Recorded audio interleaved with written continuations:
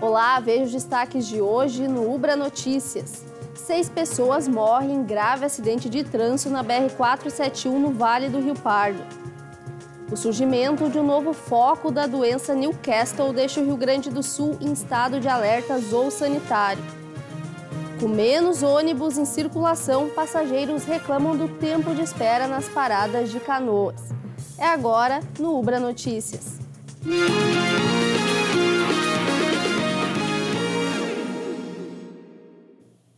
6 pessoas morreram na noite dessa quinta-feira em um acidente envolvendo 2 carros e um caminhão na BR-471 em Rio Pardo, no sentido capital interior. Segundo a Polícia Rodoviária Federal, os 4 homens e as 2 mulheres morreram no local. O motorista do caminhão, com placas de São Lourenço do Sul, transportava um container e teve ferimentos leves. E um novo foco da doença de Newcastle deixou o Rio Grande do Sul em estado de emergência zoossanitária. As exportações de frango também foram suspensas em todo o país. Mais de 7.000 aves tiveram que ser sacrificadas numa granja no município de Antagorda, no Vale do Taquari, após a confirmação da doença. Com o novo foco, o governo do estado iniciou um plano de contingência.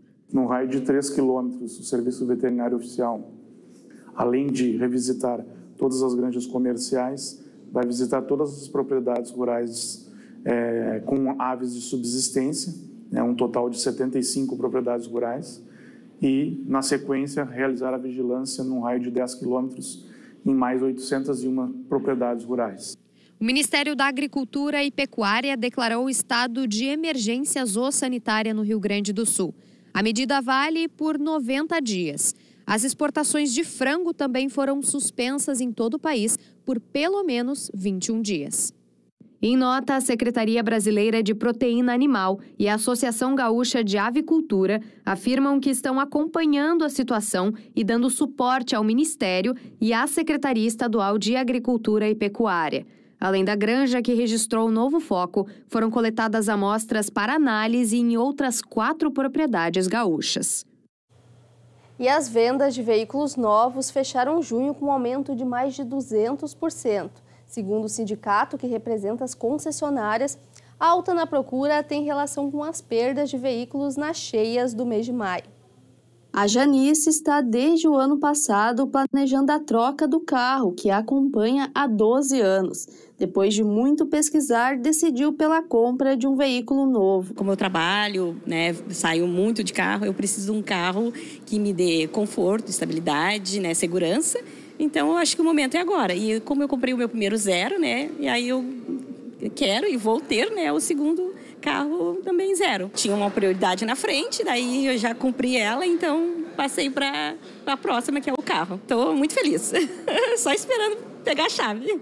Essa procura por veículos novos tem sido alta nos últimos meses. Foram 9.100 emplacamentos de automóveis somente em junho.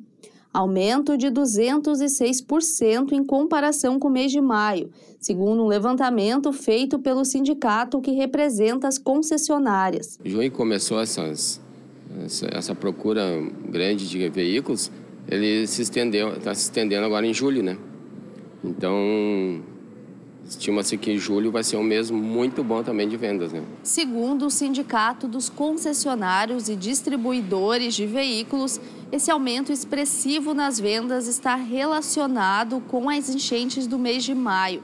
Grande parte da procura é de pessoas que perderam o veículo durante esse evento climático. Consultorias especializadas no setor automotivo estimam que mais de 200 mil veículos tenham sido perdidos na enchente do mês de maio no Rio Grande do Sul.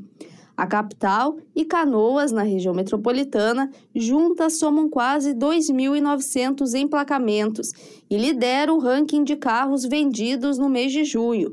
Os 2 municípios foram bastante impactados pelo evento climático. Em função da perda dos veículos deles da enchente, eles estão sendo indenizados pelo seguro e aí eles vêm para troca de carro. Até a metade de junho, as seguradoras registravam mais de 19 mil pedidos de indenizações devido às perdas relacionadas com as cheias. Muitos proprietários ainda aguardam pela liberação do valor para comprar um novo veículo.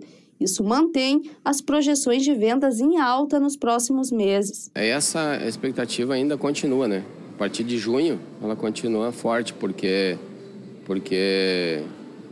tem muita gente ainda recebendo a indenização de seguro dos seus veículos, né? E os ônibus que circulam em Canoas seguem com passe livre após a enchente. Quase todas as linhas foram retomadas, mas a principal reclamação dos passageiros é o tempo de espera nas paradas. A retomada do transporte coletivo tem sido gradual em Canoas, só que enquanto não é totalmente normalizada, os passageiros estão tendo que se adequar aos novos horários dos ônibus. O Amauri não conseguiu se adaptar a essas mudanças e foi demitido do trabalho por chegar atrasado. Eu fico aí tipo uma hora e meia, 2 horas e meia. Daí eu vou lá para Rio Branco, lá eu fico mais umas 2 horas e meia, 3 horas, né, esperando o ônibus, né? Eu estava trabalhando no estacionamento ali do outro lado da Praça da Mocinha, né? Trabalhei uns 15 dias ali, a pegada era 7h30, chegar lá 8 horas. Daí quando foi segunda-feira, o cara me mandou embora. 28 das 32 linhas de ônibus de Canoas já voltaram a circular. O restante do transporte deve normalizar à medida em que as ruas que foram atingidas pela enchente sejam limpas. Mas a principal queixa dos passageiros é a demora entre um coletivo e outro. Tá bem demorado, bem atrasado mesmo. Os horários não estão igual eles passam pra gente. Depois da enchente, como eles estão de gratuito, né? Daí agora que eles estão bem demorados mesmo. Daí a gente pega pra ir embora, às vezes tá ali esperando. Quando vem 2 da mesma linha, lotadão. E às vezes na hora de ir embora tu fica na parada, então? Sim, se perde daí. Segundo a Secretaria Municipal de Transporte e Mobilidade de Canoas, apesar de ter uma frota menor circulando, a demanda dos passageiros segue alta após a enchente. Isso tem influenciado no tempo de espera dos usuários, que se deparam com ônibus mais lotados. Nós temos hoje, até a tabela da semana passada, com 2/3 das linhas vigentes, nós estávamos atendendo o mesmo número de passageiros que nós atendíamos com tabela cheia. A gente acredita que todo esse processo de retomada, a questão da passagem gratuita, né, essa questão do deslocamento das pessoas, os carros danificados, toda essa situação interferiu muito, né, e a condição do transporte possibilitou que as pessoas pudessem, nesse primeiro momento de retomada, se locomover, buscar acessos à questão dos centros de distribuição. Todos os ônibus que circulam dentro de Canoas estão sem cobrança de passagem, mas com uma demanda maior e uma frota menor em circulação, o Everaldo precisa estar mais cedo na parada. Tá bem demorado, até o horário deles, eles não têm cumprido os horários, né, que tem dentro da tabela. Estão demorados, situação precária mesmo. Agora eu vim num ônibus que eu peguei na Harmonia, a fiação dele estava solta, então a gente não sabe nem se está energizado ou não. Né? E quando vem lotado também, não cumpre o horário, o pessoal fica com dificuldade. A gente sabe que algumas ruas ainda, né, tem um lixo ali, que dificulta o trajeto, tudo, né? Mas mesmo assim, tem uns que não cumprem o horário, daí a pessoa fica mais de hora na parada esperando. A previsão é que até o dia 1º de agosto todas as linhas circulem e preencham os horários previstos na tabela antes da enchente.